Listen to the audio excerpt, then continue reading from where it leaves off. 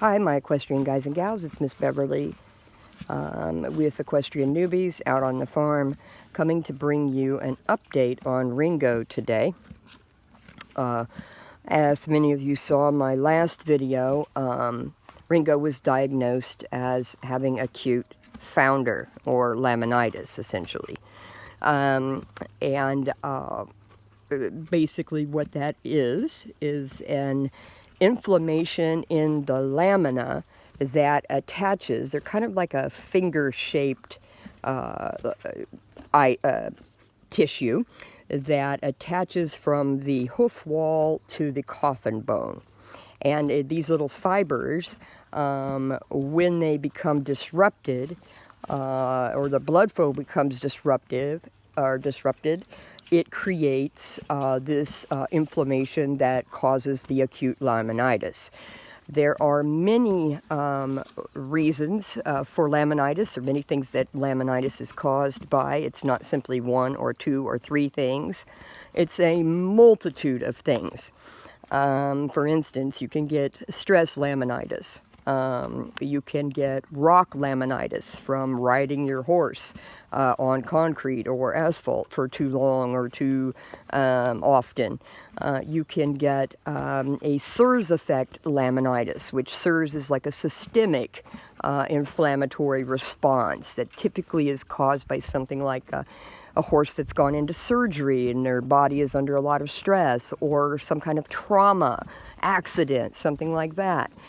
You have equine metabolic syndrome. It's essentially the equivalent would be a type 2 diabetic. You've also got like basic insulin resistance. You've got simple fatties like this guy right here, who essentially has run smoke off of his hay out in the pasture and been gorging himself, it appears. And so what happened is his hind gut was not able to metabolize all those simple carbohydrates, and it created a dying effect of the normal bacterial flora in that hind gut, which in turn then produces these toxins, which are then introduced into the bloodstream and settle into the feet. Typically only the front feet, but they can happen in the back feet as well. In Ringo, the vet thought that it was all 4 feet. However, now I only feel the pulses in the front ones. Now let's talk about what symptoms to look for besides lameness. One of the symptoms to look for is the bounding pulse. Now, it's a little bit hard to describe what a bounding pulse is if you have nothing to relate it to. And I discovered that myself, even as a nurse. Obviously, checking pulses is not rocket science for me. However, since I had no idea what a bounding pulse was like in a horse, I had nothing to compare it to know for sure if what he was having was bounding or not. But it turned out it was. The simple place to locate the pulse is right down behind the fetlock. I don't know if he'll let me touch that back leg. I'm not going to agitate him. But you can Google how to check a pulse on a horse quite simply. So that's one of the symptoms. Another symptom is feeling heat when touching the outer hoof wall. Oftentimes the hooves themselves will feel very hot in nature to the touch. This was not a symptom that Ringo has or had. However, these are not all or nothing symptoms. Some horses may have all, may have just a couple, or may have, you know, I mean, there's no absolute here. Another thing, symptom is sweating. Is a common symptom of laminitis, of acute laminitis. I mean, obviously grouchiness, other general feelings like that, which is very true because they're in a lot of pain. Another big sign that often precipitates any of these others is a awkward, backward pushing stance, where the horse stands with their legs in the front outstretched and their back legs underneath them, tucked underneath them, so that they shift the weight distribution further back to the back hooves. Now, this is relative in a horse that has all 4 feet. You can see that Ringo doesn't particularly have any type of like forward stance or anything like that.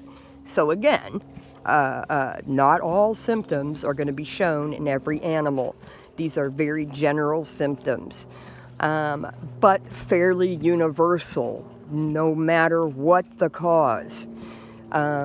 The key is early intervention as fast as you possibly can.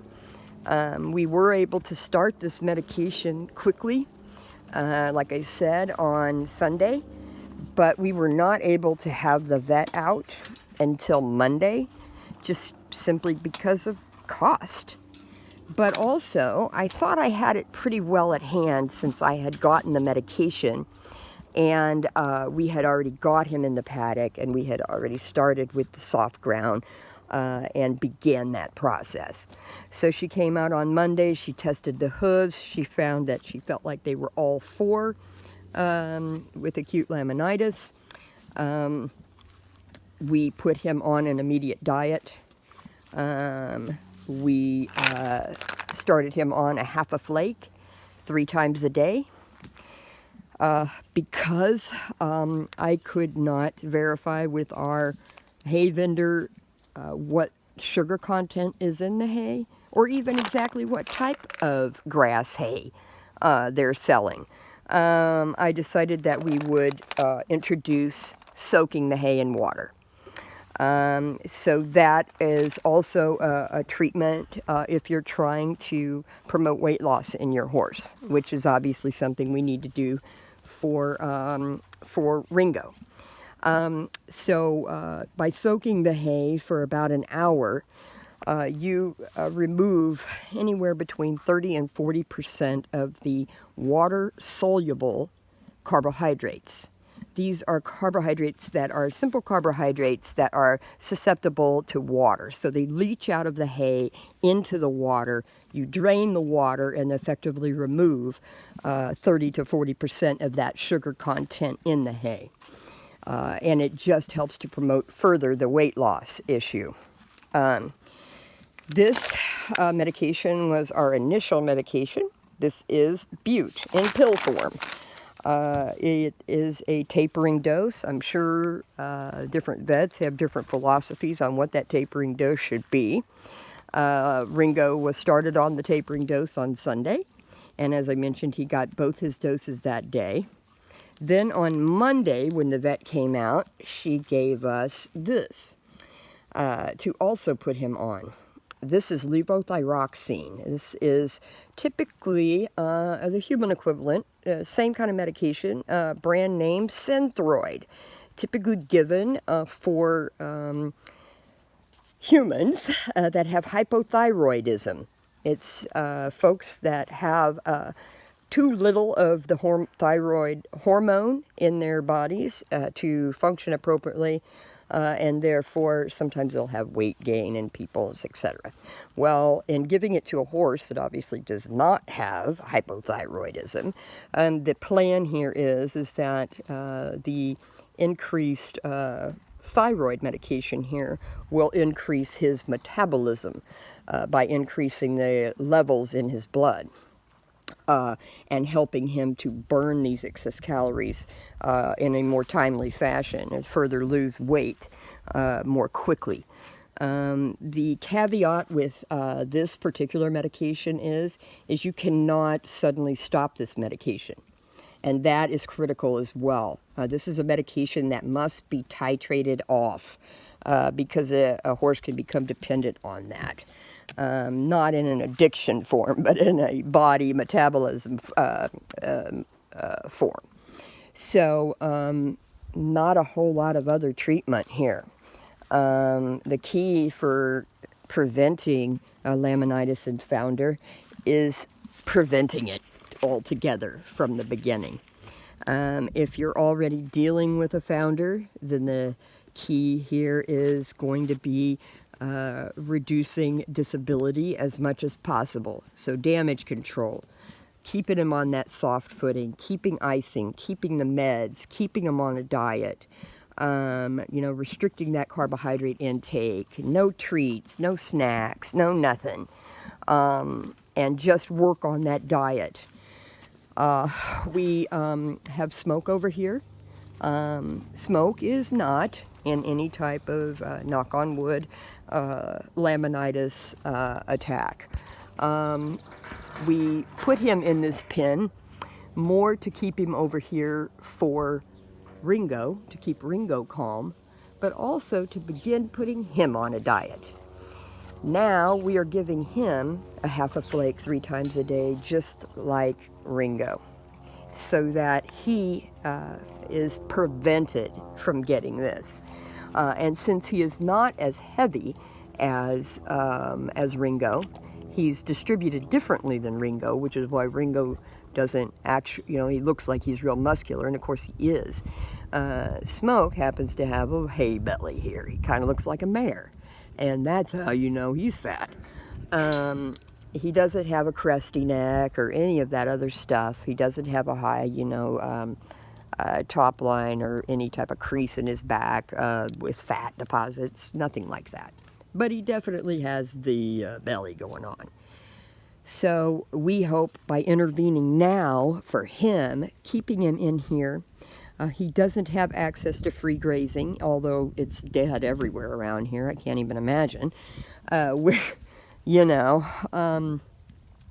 we can keep Ringo from eating his food. We keep Ringo calm, less agitated. He's more comfortable. He's willing to lay down and rest. He can see his friend, and he's pretty okay with that.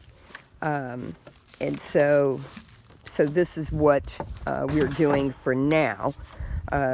Thank goodness I was able to get a corral, like a real one here, borrowed from a neighbor temporarily, so that we could put this setup together.